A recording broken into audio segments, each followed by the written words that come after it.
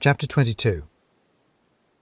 In the middle of Hexwood there was a witch's cottage, and in the middle of the cottage's roof there was a chimney. It was Christmas Eve, and the thatch on the roof was crisp with snow. And because it was Christmas Eve, the snow had footprints in it, and someone was climbing down the chimney. But the prints on the roof weren't from boots or reindeer hooves, and the someone going down the chimney wasn't a jolly little elf dressed all in red. He was a fox in a green velvet jacket. At least, it had started out green. It was getting progressively sootier as Reynard wormed his way down.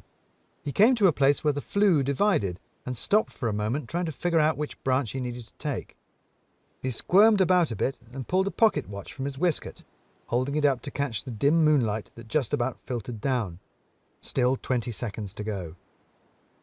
In the kitchen of the witch's house, Miss Sleekit scurried about over the worktop, apparently making herself a cup of tea. This was not easy for a mouse in a human-sized kitchen, having to drag about massive teaspoons and work out how to fit a tea bag the size of a quilt into an upturned china thimble. It was made even harder by the fact she was also watching the kitchen clock out of the corner of her eye. 10 seconds to go. Crouched in the shrubbery in the back garden, Buck Rabbit put his watch away and stretched extravagantly, pointing his long feet out in front of him, one after the other, and then rolling his shoulders. He'd already done a lot of running this afternoon, being chased by the fox across Stone Magna. He hoped he was ready for some more. Well then, only one way to find out. And with 3 quick bounds, he was across the garden and in through a window in the conservatory. "Everyone!" The conservatory was full of children and animals, with Greta still standing at the blackboard. It now showed a plan of the house and the wood, covered in little marks and arrows, at which Greta was pointing with her stick. "Guards at all these spots and patrols outside the house," she was saying as Buck came in the window. "Father Christmas must not be allowed out of the house, otherwise we won't get presents, and that fox and rabbit must not be allowed in." "Too late," said Buck from the windowsill. "He's here, and he's here to tell you she's lying. She's been lying, and she's still lying. That's not a spell book, and she's the only one who won't be getting presents because she's been bad." "Liar yourself," said Greta, picking up the book she claimed was full of spells, and in her fury throwing it at him. "Get him!" "Good luck with that," said Buck, and threw himself out of the window again into the night. "Get him!" screamed Greta, and everyone in the room started after him, scrambling out through windows and bundling through the door. In the mayhem, no one noticed Miss Sleekit come slipping through from the laboratory and snatching a corner of Greta's book from where it had fallen, dragging it away into the shadows. They also didn't hear the noise from the living room as a fox came down the chimney. The last bit was done in a rush, as there was a fire lit, and he had to drop the final few feet and at the last minute grab hold of the inside of the chimney breast and swing himself out over the flames. But he was still a fox, and he just about managed, although the tip of his tail got singed and he was momentarily distracted by having to put it out. By the time he could pay attention to where he was, the other occupants of the room were paying full attention to him. They were Father Christmas and a little boy, who had been slightly too shy to talk, but who was not too shy to stare at a burning fox who had come hurtling out of the fireplace. "That's usually my trick," said Father Christmas, "although I hope I manage it with a little less fuss." "And that," said Reynard, "is what I wanted to talk to you about." Out in the dark night, with almost the whole of Hexwood village on his heels, Buck Rabbit was going to the pub. This was partly habit. He went to the pub every Christmas Eve, but mostly because he knew Brock, the publican of the Green Knight. This meant, he hoped, that Brock might cover for him. More importantly, it meant that he knew the layout of the pub and just how fond Brock was of renovations and innovations. The Green Knight was the only pub in the village, and this meant that it had to cater to all the inhabitants.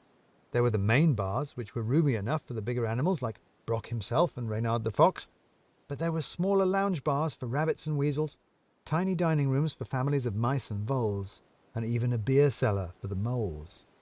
The pub was as rambling and unpredictable as many of the drunks it contained, and had just as many unexpected and surprise exits as a surreptitious drinker might want.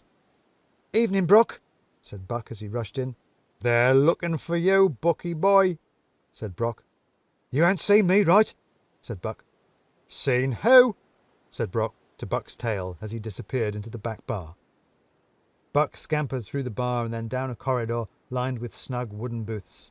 He went through the front of what appeared to be a beer barrel, but was actually a circular door into a bar that ran alongside of a bowling alley. At the end of this, through the gents, was a back door, through which Buck went, up onto the slopes of the ledge above the village. Below him he could hear animals running to and fro, shouting. Smiling to himself, he doubled back towards the witch's house, into the library of which Miss Sleekit was dragging the book that wasn't full of spells. "Mrs. Mouldiwarp," she said to the mole who was sitting there, "can you read something for me?" "What's that?" said Urchin, who was sitting at the other end of the room at a box he had turned into a desk. "Yeah, you can't have that. That's Greta's spell book." "Well," said Miss Sleekit, "it is and it isn't. It is Greta's book, but it is not a spell book. Buck and Reynard went to talk to Madame Befana and she told them it can't be." "You can't trust them," said Urchin. "They're trying to stop the plan." "But if they are right," said Miss Sleekit, "it is Greta who is undermining the plan. She is trying to use us for her own ends, and the only way to know is to read the book." Meanwhile, in the sitting room, Reynard was telling Father Christmas about his long and trying day. "So, I'm afraid we have all been hoodwinked, yourself included," said Reynard, still trying to pat soot out of his jacket. "Greta has tricked us into kidnapping these children so that she could force them to ask you for presents she wants." "Is this true?" asked Father Christmas of the little boy sitting next to him. "And I am afraid I have to remind you that lying is bad." The boy stared at his shoes and muttered something inaudible. "What was that?" said Father Christmas, turning on all the paternal reassurance he could muster, which was a lot, and which made the room glow far more than the fire or the smouldering fox did. "I don't want a dress-up doll," said the little boy. "I want a train." "See?" said Reynard. "He wants a train." In the library, Miss Sleekit laid the book out in front of Mrs. Mouldiwarp and laboriously turned the first few pages to where there was writing. "Don't read it," said Kiwit the hare, coming up to the fire. "Don't you trust Buck and Reynard?" said Miss Sleekit. "Don't you trust Madame Befana?" "But what if it is a spell book?" said Mrs. Mouldiwarp. "Then you will be the witch," said Miss Sleekit, "which will only help the plan, won't it? Read it." "Marley was dead to begin with," read Mrs. Mouldiwarp. "There is no doubt whatever about that." "It doesn't sound like a spell," said Miss Sleekit. Mr. Tuft was peering over Mrs. Mouldiwarp's shoulder. "It's another story," he said. "I think it's a ghost story," said Mrs. Mouldiwarp. "A Christmas ghost story." "Not a spell book, you see," said Miss Sleekit. "She's been lying to us." "Who's been lying?"